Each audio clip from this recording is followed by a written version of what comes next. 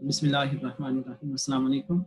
This is a mechanics 2 class और आज जो हमारा ऑनलाइन लेक्चर है ये लेक्चर नंबर 7 है और जो टॉपिक हम डिस्कस करेंगे वो है the torque. First of all we will discuss about the torque and then the rigid object under a net torque और उसके बाद हम उसके कुछ एग्जांपल्स देखेंगे।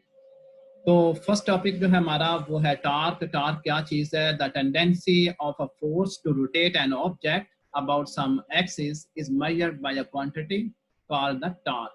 टॉर्क को टाउ से रिप्रेजेंट किया जाता है और ये जो फिगर दी हुई है इसमें ये एक बोल्ट है जिसको हम एक रेंच से टाइट करना चाह रहे हैं और इस रेंच के एंड के ऊपर जो फोर्स लग रही है वो फोर्स हॉरिजॉन्टल एक्सिस के साथ फाई एंगल बना रही है। ठीक है, तो हम क्या करेंगे, इस फोर्स को कंपोनेंट्स में रिजॉल्व कर लेंगे। इसका जो हॉरिजॉन्टल कंपोनेंट होगा वो एफ कोसाइन ऑफ थीटा होगा और इसका जो वर्टिकल कंपोनेंट होगा वो एफ साइन ऑफ थीटा होगा। अच्छा, तो सेकंड चीज है कि जो सेंटर ऑफ मास है इस बोल्ट का, वहां से लेके इस रेंच के एंड तक जिस जगह पे फोर्स एक्ट कर रही है वहां तक का जो डिस्टेंस है उसको आर से रिप्रेजेंट किया हुआ है। और सेकंड जो चीज है वो ये है कि हम इस फोर्स वेक्टर को पीछे की तरफ एक्सटेंड करेंगे और ये हमारा जो एक्सिस ऑफ रोटेशन है वहां से परपेंडिकुलर ड्रा करेंगे over the extended vector F.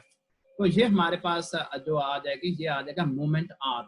ठीक है, moment R will be equal to R sine of phi.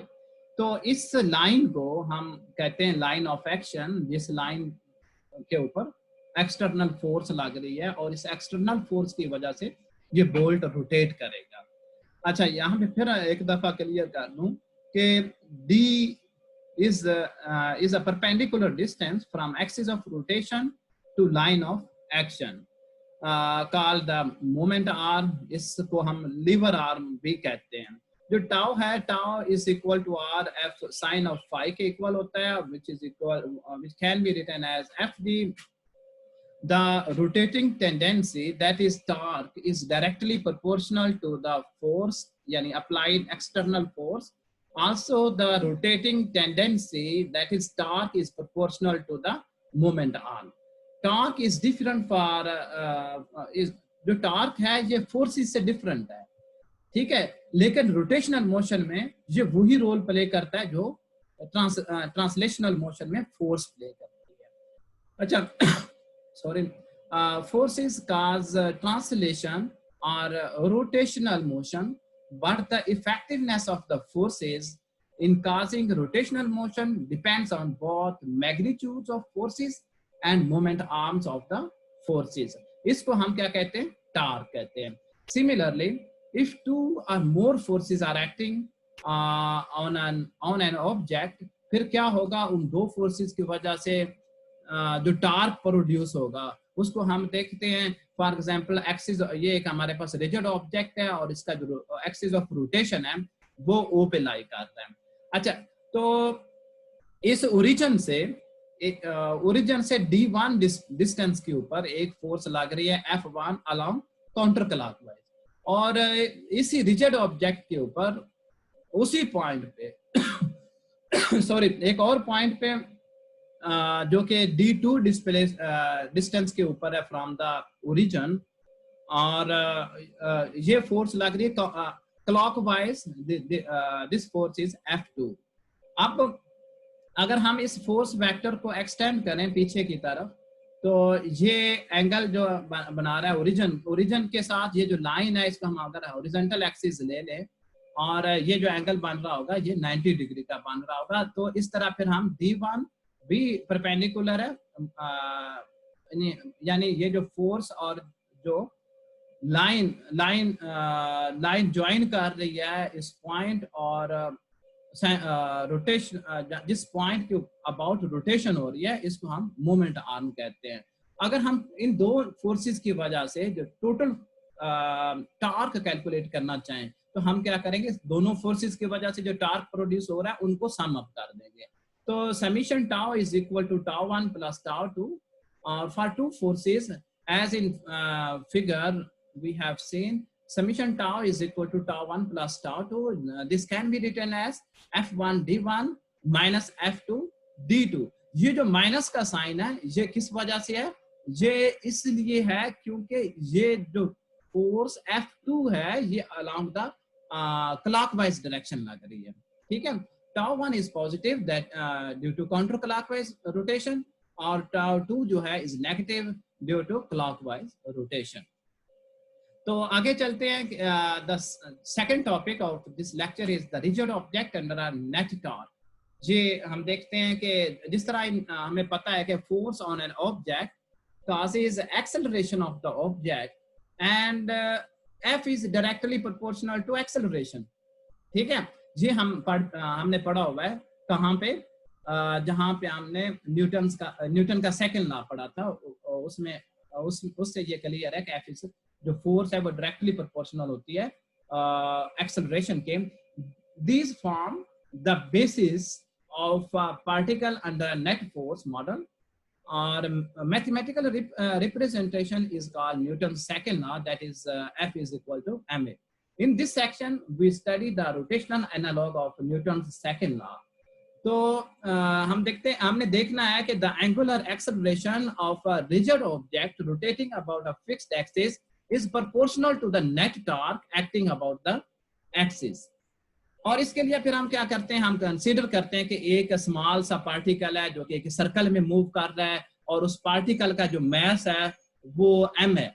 जो जब भी कोई पार्टिकल एक सर्कल में मूव करता है उसके ऊपर दो फोर्सेस लग रही होती हैं. एक फोर्स होती है जो कि टेंजेंट होती है उस सर्कल के ऊपर, उसे टेंजेंशियल फोर्स भी कहते हैं और इसको हम सेंट्रीफ्यूगल फोर्स भी कहते हैं.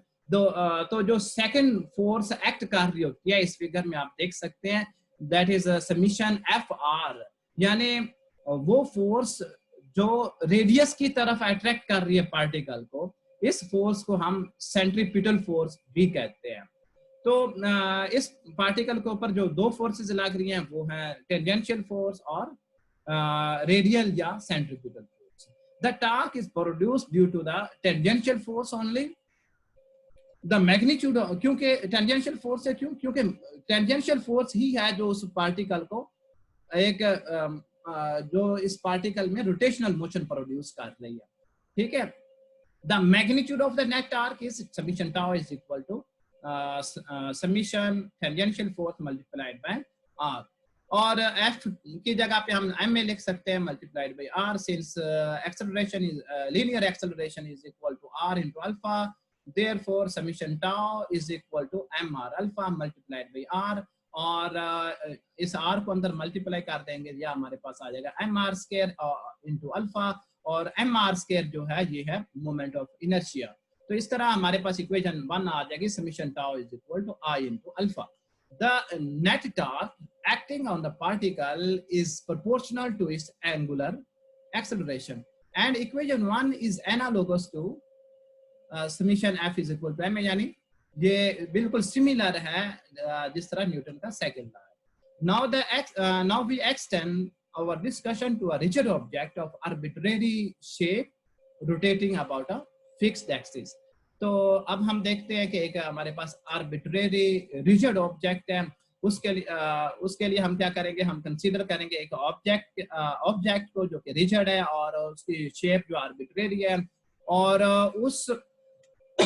उस रिजिड ऑब्जेक्ट को हम डिवाइड कर लेंगे छोटे छोटे पार्ट्स में, और सपोज करते हैं कि एक छोटा सा पार्ट हमने कंसीडर किया जो कि जिसका मास जो है वो dm है, और इसके ऊपर जो टेंजेंशियल फोर्स लग रही है वो df t है. t सबस्क्रिप्ट पे जो है ये टेंजेंशियल फोर्स की वजह से है. अच्छा, तो the object is made up of infinite number of small particles, और इसके ऊपर हम कंसीडर करते हैं particle of mass dm. The tangential force is given as dft is equal to dma, यानी न्यूटन का सेकंड लॉ लिखा हुआ है. Torque associated with this df force is d tau is equal to r dft, which is equal to at r dm. As at is equal to r into alpha, यानी linear tangential acceleration is equal to r multiplied by angular acceleration. So d tau is equal to r square alpha multiplied by dm. अगर हम इसको integrate करें to get the net torque due to all external यानी tangential forces on all particles of the object, इसको integrate कर दिया. Integrate करेंगे तो हमारे पास जो अल्फा है इसको हम इंटीग्रल से बाहर लिख देंगे क्योंकि ये डिपेंडेंट ये इंडिपेंडेंट है, कांस्टेंट है. हर पार्टिकल यानी इस ऑब्जेक्ट का हर पार्टिकल अल्फा एक्सेलरेशन के साथ रोटेट कर रहा है except the centre of mass. ठीक है, alpha is constant same for all particles. ठीक है, तो हमारे पास ये समीशन tau is equal to I into alpha आ जाएगा. This is our equation number 2. तो ये जो इक्वेशन नंबर 2 है ये हमें क्या बता रही है? Equation 2 is the analysis model of a rigid object under a net torque. जो सेकंड जो चीज हमें मिल रही है, equation 2 is also the rotational analog of the particle under a net force. तो यहाँ पे हमारा ये टॉपिक खत्म हुआ. तो आगे हम देखते हैं कि एक example number 10.8 of your book. इस में क्या डिस्कस किया हुआ है कि are uniform rod of length L and mass M is attached at one end to a frictionless pivot and is free to rotate about the pivot in the vertical plane as shown in figure. तो यहाँ पे ये जो है ये वो rigid हमारे पास uniform rod है. यूनिफॉर्म रॉड का क्या मतलब? इसके ऊपर मास यूनिफॉर्मली डिस्ट्रीब्यूटेड है जिसकी लेंथ जो है वो L है और ये एक पुली के साथ अटैच्ड है जो कि फ्रिक्शनलेस है. ठीक है, द रॉड इज रिलीज्ड. ये जो रॉड है इसको अगर हम रिलीज कर दें, छोड़ दें from rest in horizontal position, what are the initial angular acceleration of the rod? हमने इसका इनिशियल एंगुलर एक्सेलरेशन फाइंड करना है क्योंकि ये इस पॉइंट के अबाउट, इस पिवट के अबाउट रोटेट करेगा ये रॉड. ठीक है, and initial translational acceleration of its right and. और इसका जो राइट एंड है इसका हमने ट्रांसलेशनल एक्सेलरेशन भी फाइंड करना है इनिशियल. ठीक है, इसको सॉल्व करते हैं. द सॉल्यूशन इसका क्या है कि the only force contributing to the torque about an axis through the pivot is gravitational force. यानी इस रॉड के ऊपर रिलीज करने के बाद इस रॉड के ऊपर जो फोर्स लग रही है वो सिर्फ और सिर्फ इसका वेट है. वेट क्या चीज है? Gravitational pull. ठीक है, जिसको हम mg से रिप्रेजेंट करते हैं. Now the torque is tau is equal to F R. F हमारे पास यहाँ पे क्या चीज है? mg है. और जो r है r इज l/2. हमने l/2 क्यों लिया है? इस फिगर में देखें, इस रॉड की टोटल लेंथ जो है वो l है और इसका जो सेंटर ऑफ मास है, जो ग्रेविटेशनल फोर्स है, यानी इसका जो वेट है वो एक्ट करेगा इसके सेंटर ऑफ मास पे. इसका क्योंकि ये यूनिफॉर्म रॉड है तो इसका सेंटर ऑफ मास इसके ज्योमेट्रिकल सेंटर में ही लाई करेगा, जिस तरह हमने 9th चैप्टर में पढ़ा है. ठीक है, तो so the tau is equal to mg l/2 and the angular acceleration of the rod will be equal to tau over i. क्योंकि टाउ जो है वो i अल्फा के बराबर होता है, तो अल्फा किसके बराबर आ जाएगा? Tau over i. तो अल्फा यहाँ से टाउ की वैल्यू आप पुट कर दें. और हमने लास्ट लेक्चर में एक टेबल देखा था जो कि बुक में भी दिया हुआ है. वहां पे जो रॉड के लिए मोमेंट ऑफ इनर्शिया है वो उसकी वैल्यू है 1/3 ml². तो वहां से वो वैल्यू हमने ली. तो हमारे पास जो इक्वेशन बन गई है mg into l/2 divided by 1/3 ml². यहाँ से कुछ टर्म्स कैंसिल हो जाएंगे and we remain with this equation. और नेक्स्ट जो है हमारा जो टारगेट है वो क्या है? हमें फाइंड करना है इनिशियल ट्रांसलेशनल एक्सेलरेशन, जिसे AT से रिप्रेजेंट करते हैं, of right end of the rod. तो AT हमें पता है this is equal to L into alpha. ठीक है, टोटल लेंथ यहाँ पे हम लेंगे. ठीक है, तो जो AT will be equal to alpha की वैल्यू हम इक्वेशन नंबर 1 में फाइंड कर चुके हैं और इक्वेशन नंबर 1 से हम यहाँ पे अल्फा की वैल्यू लगाएंगे और हमारे पास जो टेंजेंशियल एक्सेलरेशन की इनिशियल टेंजेंशियल एक्सेलरेशन यानी ट्रांसलेशनल एक्सेलरेशन की हम बात कर रहे हैं, that will be equal to 3/2 multiplied by g. G यहाँ पे क्या चीज है, g acceleration due to gravity है। Equation number 1 and 2 are initial values of alpha and at once the rod begins to rotate। ये अल्फा और translational acceleration की जो वैल्यूज है ये उस वक्त के लिए है जब रॉड को हमने रिलीज किया और उसने मूव करना शुरू किया। Once the rod begins to rotate, the force is no longer perpendicular। तो उसके बाद फोर्स जो है ग्रेविटेशनल फोर्स परपेंडिकुलर उसके नहीं रहेगी to the rod, therefore the value of alpha and at decrease. तो इस तरह फिर क्या होगा, अल्फा और जो ए की वैल्यू है यानी रोटेशनल एक्सेलरेशन और लीनियर एक्सेलरेशन की वैल्यू डिक्रीज करेगी। अच्छा, इसी एग्जांपल का एक और जो सेकंड पार्ट है वो ये है, what if we want to place a penny on the end of the rod. अगर हमारे पास एक सिक्का है छोटा सा, वो रॉड के हम एंड पे रख दें, रॉड के ऊपर, and then release the rod, what would the penny stay in contact with the rod. हमें ये बताना है कि वो जो पेनी है वो रॉड के साथ इन कांटेक्ट रहेगी या नहीं। इस मतलब वो लॉजिकल ही आंसर बनता है, if we put a penny at the end of the rod, the initial acceleration of the rod would be जो है वो AT जो है ये ग्रेटर हो जाएगा एक्सेलरेशन ड्यू टू ग्रेविटी के, and the Penney will fall down with G। ठीक है, तो जो पेनी है वो फॉल डाउन हो जाएगी। एक थर्ड पार्ट जो इस एग्जांपल का है वो है कि हमें ऐसी लोकेशन फाइंड करनी है, जिस जगह पे हम रॉड के ऊपर ऐसी लोकेशन फाइंड करनी है जिस जगह पे हम प्लेस करें उस पेनी को, उस सिक्के को, तो वो पेनी उस रॉड के साथ इन कांटेक्ट रहे। ठीक है, जो ही हम उसको रिलीज करें as both began to fall.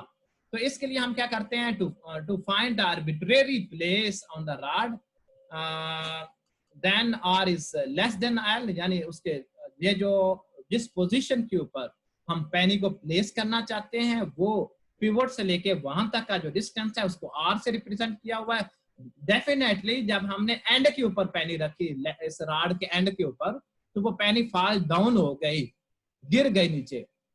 अब हमें उससे पहले, उस एंड से पहले कोई ऐसी पोजीशन फाइंड करनी है जहां पे पेनी इन कांटेक्ट रहे, तो वो फिर लेंथ यानी R लेंथ कम होगी टोटल लेंथ से जो कि L है। R is less than L। The translational acceleration is R into alpha, और अल्फा की वैल्यू हम फाइंड कर चुके हैं, which is 3/2 G into R over L। For the penny to stay on the rod, the limiting case is that AT is equal to G। यानी limiting case क्या है, दोनों बॉडीज यानी रॉड और पेनी फ्रीली फॉल करें। Freely falling objects का acceleration जो होता है वो G के बराबर होता है। So AT is equal to G, हम G के बराबर लेंगे और G will be equal to 3/2 ऊपर वाली इक्वेशन से multiplied by G into R over L। G से कैंसिल आउट हो जाएगा और R यानी वो डिस्टेंस जहां पे हम पेनी रखें और वो इन कांटेक्ट रहे ड्यूरिंग फॉलिंग, तो वो डिस्टेंस हमारे पास आ जाएगा R is equal to 2/3 multiplied by L। Hence penny should be placed at 2/3 time the total length of the rod। बच्चे, this is our 2 days lecture। Thank you very much। तो next lecture में मिलते हैं। Thank you very much।